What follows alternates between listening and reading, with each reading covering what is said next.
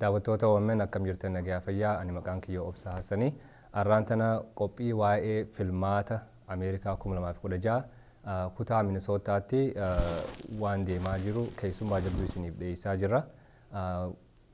Gaafii deebisaan kunilleen afaan Ingiliffaatiin ta'uuf ta'a akkasiin nuuf hordofa. I wanted to basically introduce you to our viewers and your name is Ilhan Omar. I'll let you kind of introduce yourself to our viewers. But a quick synopsis of what's going on now is for election 2016, specifically in the state of Minnesota, where we have a lot of Oromo immigrants, Somali immigrants who have been settling here in this state since the 1990s and have made home away from home here. We have a person like you who are getting involved in political scenes. Before we delve into your journey and your message and then your candidacy, why don't you tell us a little bit about yourself? Well, thank you so much. I'm honored to be here. Like you said, my name is Ilhan Omar, and I'm running for state representative in District 60B. Like many of the East Africans in this state, my family came here about 20 years ago. When I was 14 years old, I went to high school here. And graduated college, and I'm now raising family here. I have 3 young children, 13, 10, and a 3-year-old. I have been involved in local politics since I was 14. I remember taking my grandfather and translating for him to be part of our election process. He was really excited to be part of democracy because, as you know, the countries that we come from, people don't freely get to be part of a party or get to participate in the kind of level that you can participate here. So he was really excited about that, and for me that instilled a love in our democracy. And I went on to study political science and international studies and got really involved in doing policy work so that I'm able to make changes and make our lives a little bit easier. My grandfather always said, those that a lot is given to, a lot is expected. And so I'm inspired to make our election process accessible for people, make sure that people understand that in the United States we have a representative democracy where the people who represent you are not are supposed to look like you, supposed to come from your community, supposed to know your lived experience, and that you're supposed to hold them accountable to make sure that they're doing the right thing on your behalf. That's key, representation without taxation in America, right? Where we lack in our homeland. Maybe one of the reasons that we came to this country is that we did not have a political process that was inclusive. Right. And that have led to chaos, specifically in your homeland, Somalia, and as you know, in Oromia, we have ongoing protests for the last 4 or 5 months. Yeah. And people are trying to insert themselves in a way to be represented. And here you are in America, in Minnesota specifically, running for District 60B. And just for our viewers, Minnesota has 67 senators and about 134 districts. House of Representatives, I should say. And these are drawn along different districts, 67 total, and you're running for 60B, right? And then in this area, we know that there's a lot of East African communities, including the Somalis, the Oromos, and other Ethiopian communities. The voting block, if you will, are about how many and what are your targets? And before you tackle that question, you mentioned about your experience with your grandfather and how that led you to this process. And talk a little bit more about your experience getting involved in the political process, policy making, advisory position that you touched on, because that's kind of important for a stepping stone, if you will. Right. So like you said, the district is very diverse. It's probably one of the most diverse districts in the state. And there is about 30% new Americans, which includes the East African community. And 30% of the district's like longtime residents, and 30% are our students in the district. The 55% of the voting age population in the district is 18 to 24. So a lot of young people that live in the district. For me, it's really important that we see ourselves in policy making. We see ourselves at the tables where decisions are being made. I've worked really hard in making sure that we understand, the things that are really exciting and unique about a representative democracy, and making sure that we take that an extra step in creating a reflective democracy. And for a lot of the young people who live here in this state, who come from countries like the countries we come from, where there isn't a freedom of information movement or democracy, it's indicative for us to participate in this kind of democracy and make sure that our elders can participate and make sure that their voices are heard. There's a lot of people, I also was in that block of young people who did a lot of work back home, who participated in making sure that we got our country back. And like Somalia is still sort of recovering from civil war, but I recognize that we have to do both, right? We're here, we're raising children here, so that we can become like an integral part of this society. We must also do our part here and make sure that we create policies that are friendly for us, that we elect people who are not only going to speak on our behalf, but have our lived experiences. Very important. And making sure that in every office, in every elected office, there are people who understand our issues, who are at those decision-making tables, whether that is at boards and commissions within our government, whether that means, being a policy aide or a researcher, an advisor to elected officials at a local level and at a federal level. All of those things really matter. I look at like my time at City Hall, working for a city council member, and all of the things we were able to accomplish. As you know, next month is a month of Ramadan, and one of the policy changes I made while I was there was to create an ordinance that allowed Muslim businesses to be open, to have an extended hours without paying the extensive fee or going through a lot of the loopholes that a lot of our businesses used to go through. And those are the kind of changes that don't happen unless you have someone who sort of shares your concern and has your lens at that table. Who lived the experience, right, and knows the effect of not having those flexible laws, right, to work in your community. I think those are key things that you highlighted. And as you know, we're aware that the person that has been representing District 6B has been Phyllis Khan. Right. A long-time public servant who has served this area for over 40 years. And last year we've seen a very vibrant person who ran from East African community, who lived this experience, right, Mahmoud Noor, and he's running again. What do you bring different to this diverse community that will also continue, the legacy of Phyllis Khan, who has been there, but brings a fresh perspective? That's a really good question. Representative Khan has been representing this district for the last 43 years. This is her 23rd term, I think, or her 22nd term. And Mahmoud Noor, who ran against her last time, I worked on his campaign. I tried to make sure that we had a representation we could all be really excited about for our district.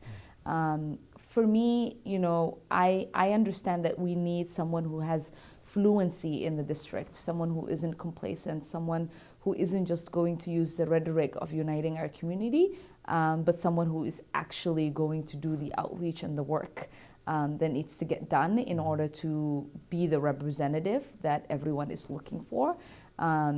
We don't get to move through a prosperous and equitable Minnesota without having all of us on board.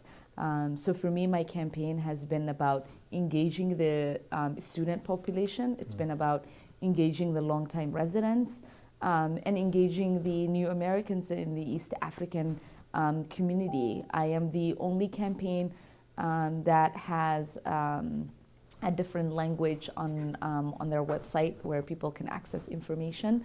I'm the only campaign that actually produced lit in different languages right now. What are the languages that you produced in Oromo and in Somali? Oh, nice. So we're working really hard in making sure that we're doing an outreach that is actually based on building relationships and creating long-lasting connections, because I believe we share a lot of values in this district, and we could celebrate our diversity, and we no longer have to live through the separations that we currently have, and that could only happen through authentic relationship building, where we have a conversation about what really matters to all of us and how do we move forward. And this is why I am currently at received 55% of the votes, and the one with the highest probability of defeating Representative Khan in the primary. And you ran Mohammed Noor's campaign, you said? I worked on his campaign. I helped, yeah. And then how is your message different? I wanted to probe into that because it's very important. Are we competing for the same voting members, or what you bring into the table is completely new and fresh? Yeah, so for me, what I bring is a different lived experience. Okay. I grew up in the district. Mahmoud just moved into the district. I grew up in, say, the Riverside. My whole family still lives in the area and has lived in the area for the last 20 years. I, spend a lot of time in connecting with the voting base in the district. For me, it's a huge priority in reforming our criminal justice system, in making sure that we are giving voice to small business owners who are majority women in our district, and making sure that there is a program that will allow them to have small business loans so that they can participate. Have businesses that thrive. And making sure that we are creating wraparound services for families who have young children in the school system. I have 2 young children in the school system who go to schools within the Minneapolis district in our neighborhoods. And I want to make sure that when we are talking about climate change, that we are connecting that through the droughts that are happening back home and the famine, through our struggles here. And I actually believe in co-governing with people, in creating a space for advocacy and activism, and not silencing voices, and having rigorous debate in making sure that when we create a policy, that it's a policy that comes out of a conversation with a variety of folks. And you mentioned that about 30% of the voting base in District 60B are students, 30% are the new Americans. I like that term, that immigrants. Yeah. And the rest are long-time residents. Right. Is your message the same for all, or do you have a targeted messages for this? Because I know that as a student, I went to University of Minnesota for undergrad and medical school. Yeah. And what we face there, we know. Right. And then the young people that come from East Africa, and they sometimes have to navigate 2 cultures, and oftentimes they fall through the cracks. We've lost 2 boys just recently, November 22nd, from the Oromo community, that were shot. My condolences. Around Franklin Avenue, and the perpetrators haven't been found yet. Right. And there are a lot of unsolved cases in Somali communities. There's another one that was just shot recently that I went to go visit at the hospital. So this is a recurring problem. It's a chronic problem. How do we defeat that? And again, what are your messages for the different voting blocks? And second, specifically, what are you, I mean, you have kids that are going to school in that area, and you have family that live in Cedar Riverside area. How can we make the neighborhood safer for our children to grow up? Yeah, I mean, earlier what I was talking about earlier is our shared values, right? Everyone deserves to live in a safe neighborhood, and so this isn't something that is only unique to us New Americans or East Africans in these neighborhoods, right? That is something that everybody in the district cares about and deserves and wants for their children. When we talk about the education system, that closing the opportunity gap is something that we all benefit from, because we are raising the future generation that are going to be the leaders of our country, of our community. And so we are all invested in making sure that all of our children achieve the best education. When we talk about college debt and we talk about falling through the cracks or having a system that currently has a lot of barriers for communities that are disenfranchised or that live in the margins of society, that is a concern for all of us, because when we have a failure in one particular community, it's the other community that gets to pick up the pieces for that. And when I talk about our criminal justice system, I talk a lot about restorative justice. And making sure. What does that mean, restorative justice? In making sure that we are creating rehabilitative services within the community, so that we are restoring the individual who've committed the crime without sending them off to jail and having them come back and reoffend. I know that in order for us to build thriving communities, that we all must be invested, and we can't do that only if we look at it through the lens of a particular community. We have to have it be a wholesome way of looking at it. So Governor Dayton, our Democratic governor of the state of Minnesota, has done a remarkable job in terms of reducing the unemployment rate, right? Minnesota has a mixed economy. It's an open state for a lot of immigrants. That's why it's a magnet state, right? But if you dissect a little more about the unemployment, the African Americans, that includes all of us, in my belief, and the whites, the gap is huge. And I think there's a lot of people who are working on this team to kind of work on the achievement gap, the educational gap, and racial disparities. The racial disparities, and then there's a program that's in the pipeline.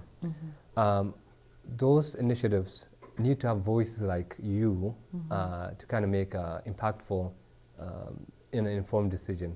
So that these communities are uplifted.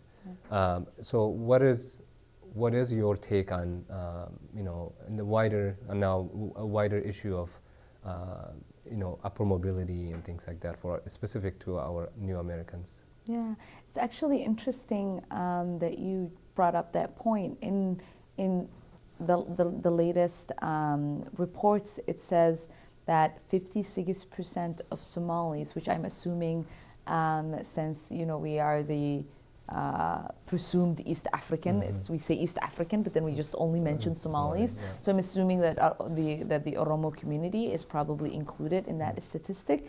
That we have a 56% poverty rate in the community, and in the Riverside, I think like the medium income is something like $14,000. And so the disparities are very high within our communities, especially in our district. Like the majority of the East Africans who live in this state reside in our district, and there's a little bit of cluster in St. Paul. But the majority of the East Africans in the state, especially in the Twin Cities, live in the District 60B. And for me, one of the reasons I decided to run and have been interested in making sure that people understand that we need a change in representative and that the time is now, is that we need to have we need to move away from complacency, and we need to have a lens that is urgent, because in order for us to have these kind of disparities and have a representation that has been complacent in the last 20-some years in representing us as we've fallen through the cracks, as you had said earlier, it's a disservice to our community, and that isn't a reflective democracy or a representative democracy when you have a huge population that you represent that is struggling in that kind of way. And so for me, I'm eager to get to work in closing the racial equity gaps and making sure that our current 24% unemployment rate in the East African community is looked at, and that we are creating jobs programs in tackling that. Those are very important issues because let's face it, we migrated from East Africa, we settled here. This is our new home, and we need to feel well at home, right? And thank you for running for this and being a voice for all of us. Yeah. Having said that, you mentioned a little bit about, at the same time, our roots are still in East Africa, right, and our nation is under siege, especially in Ethiopia, right, and the Somali issue is kind of recuperating from a civil war that has taken way too long. right. And now that let's say you're elected, Ilhan Omar is elected, right, for District 6DB, and we know you're going to be the champion for this issues that you raised. Right. What is your message for our people who are struggling back home, and how can you be a voice for them? Yeah. So I mean, I think the reason I lend my voice to the struggles that are happening back home is I believe that we need to encourage. It's really hard for people to truly exercise their voice in an oppressive regime such as the Ethiopian regime right now. And I know that those of us who have the privilege of having a voice without facing harsh backlashes for exercising that voice need to lend our voice to that cause. And I encourage them to continue. I know it's really hard, and it's a struggle, and it's a life and death situation.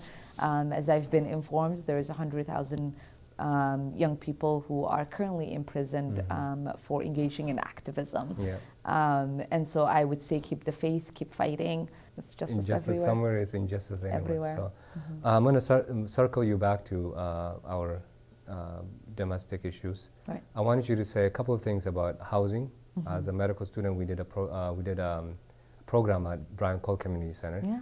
And what we did was about mental health, and a lot of disparities. Even though we came from East Africa, we have access to modern health system. Navigating that system is a very difficult one. Yeah. And sometimes we don't even have a word for depression. Right. And it was an eye-opening project that we did through the medical school at Cedar Riverside. I want you to say a couple of things about housing issues, unemployment we talked about, and services includes literature that you mentioned. It includes addressing the health disparity, and specifically interpreting services, the transportation services, and along those lines, what are your policy, what are your motto for these things?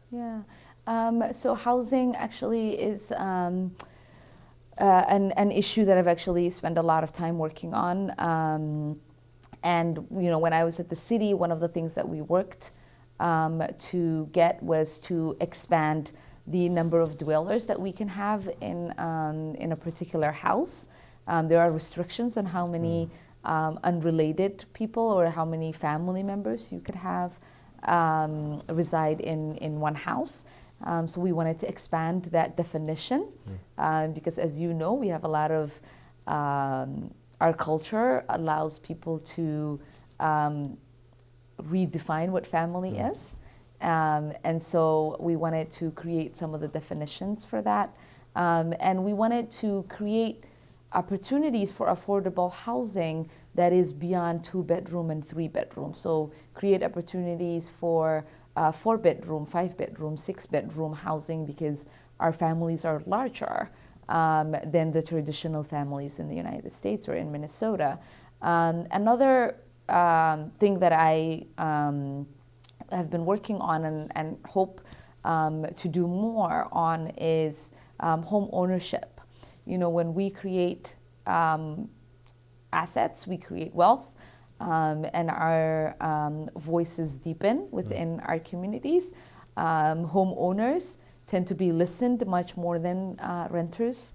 And so when you are a different kind of taxpayer when you are a homeowner. And so creating home ownership programs and incentives for people to move through home ownership is an issue of mine that I've been working on and still work on. Homelessness is something that affects our community. And you know, last Ramadan I took a few Muslims to go tour the different shelters, to look at different communities that are struggling with homelessness, and to actually think about, as Muslims living in this society, what is our responsibility to taking care of the homeless, right? It doesn't matter what faith they are, but our religion instructs us to care about the homeless folk. And so creating programs for young people who are homeless, who are struggling with homelessness. And when it comes to mental health, you know, there's a lot of taboo, there's a lot of stigma that surrounds it. And I am really interested in looking at extending programs to doing outreach, education through competency for not only mental health but like sexual abuse, a lot of the taboo illnesses that we have in our community and issues, creating a different lens for folks to look at and sort of create resources where we can train medical professionals, but also train community leaders to lessen the stigma and have an outreach campaign. So questions about access to services. I know we have some workers through Phyllisberry House, which also does work with the Brown Call Community Center, I believe, and we have Oromo people who work there for that, you know, who serves everyone that lives in the Cedar area. Some of the criticism that is there is that you mentioned when someone thinks of East Africans, they think of who? Somalis. And some services are not, you know, partitioned to other groups from East Africa. And as a whole, we wanted to have access, but also we also want to get our lion's share. So what do you say to that? And that was actually one of the biggest concerns I had when I first started out at City Hall. City of Minneapolis has a department called Neighborhood Community Relations, and they hire staff that is supposed to do a particular outreach to particular communities. And so there is a Native American outreach, there is a Latino outreach, there is like Asian Hmong outreach, and they have an East African outreach person, but the East African outreach person was only Somali, and had the capacity of only communicating with the Somali community, especially like verbally, right? And so we were working with the mayor's office and that department to see if we can create a room in the budget to hire an Oromo outreach person so that particular community can have the language services. They can have a lot of the communication that comes from the city translated into Oromo. And so that's something that is in the works and will be expanded through those kind of communication and conversation. As a young person, it's something that I've always been really sensitive to because we all carry this lens and and a title of being East African. Right. But there is a particular community that is visible. And so as a Somali, I've always wanted to make sure that the other communities aren't being left behind when we speak about the umbrella of the East African. And so when, as Somalis, we get the privilege of having representation, we should be conscious about our brothers and sisters who don't have a representation, and how do we extend that representation to them, and how do we represent them as well, and make sure that their voices aren't being silenced and lumped into ours. Very good point. And as a person who would be winning this campaign and being in the office, I think you will be in a position to even create those opportunities for a lot of our young, our new Americans. Yeah, which is why one of the reasons it's really expensive to create multi-language lit, and which is one of the reasons it's really important to me to create that, is because in our community, particularly where there is a huge Oromo population, there's only Somali lit that a lot of our politicians invest in, and I wanted to make sure that we also invested in creating an Oromo lit, so that this particular community understood what was happening and can understand the issues that I wanted to advocate on. So I think we touched on a lot of important issues, and we can talk about more, but I think for the sake of time, give us a highlight of your campaign. What's your campaign is all about? That's one. Number two, what is your organizational capacity to win this election? And you mentioned you're favored by 55% already. Is that just a poll, or what does that come from? And finally, what is your motto for your candidacy? So at the last convention, we got 55% of the votes. Representative Khan got 33% of the votes. These are the super delegates, correct? Yeah, so this is the convention. And Mohammed Noor got 10% of the votes. And so our 55% comes from sort of looking at that, the trajectory of where that goes and what that could represent. And so we are feeling really good about our chances of walking away victoriously in the upcoming election. But we're not going to do that without the help of the people of this particular community, without our brothers and sisters in the Oromo community, without our brothers and sisters in the Somali community, and without the communities at large in the district. And so for me, our motto is forward together. Forward together. Okay. We are building a grassroots campaign where we want to make sure that every single person in the district understands that they have a valuable voice and a valuable vote, and that they matter, and that we care about their voices, and that we not only want to represent them, but we want to co-govern with them. And that the issues that matter to me, the issues that matter to my family and to my neighbors, are the issues that should matter to all of us. And that we need to focus on our commonality and our shared values, and work towards getting a more prosperous and equitable Minnesota by moving away from relationships and complacency, but like moving towards progress and electing someone who has the fluency and the understanding of all of the communities in the district. Sounds like you have all the elements needed to win this campaign. And we wish you luck. Thank you. And we want to encourage, following this segment, we wanted to encourage our youngsters who are in school currently to look into internships, to dream big. We're in America, we can make it possible. And our campaign has internships, so if anybody's interested, we are offering 10 hours, 20 hours, or 40-hour internships. Great. Well, that's very good to know. And then what is your website, and how can people, if they wanted to join your campaign, how can they join you? Yeah, so our my website is ilhanomar.com. They can also follow me on Twitter at IlhanMN. They can follow us on Facebook. It's Ilhan Omar for State Representative, 60B.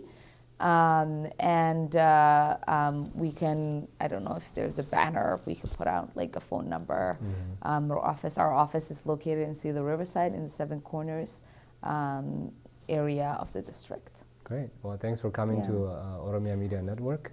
And it was Thank great you. chatting with you. And good luck. I also want to remind people when the primary is happening. That's very important. So primary date this year is August 9th. August 9th. Okay. In Minnesota, we have early voting, no excuse absentee voting, which begins on June 24th. And it will go through the actual primary date of August 9th. Okay. So if you can vote early, we recommend you vote early and vote Ilhan. Or you can vote on August 9th. Okay. With that, we'll leave you, and hopefully we'll after you, and you'll come back and tell us the update. Sounds good. Thank you. Thanks.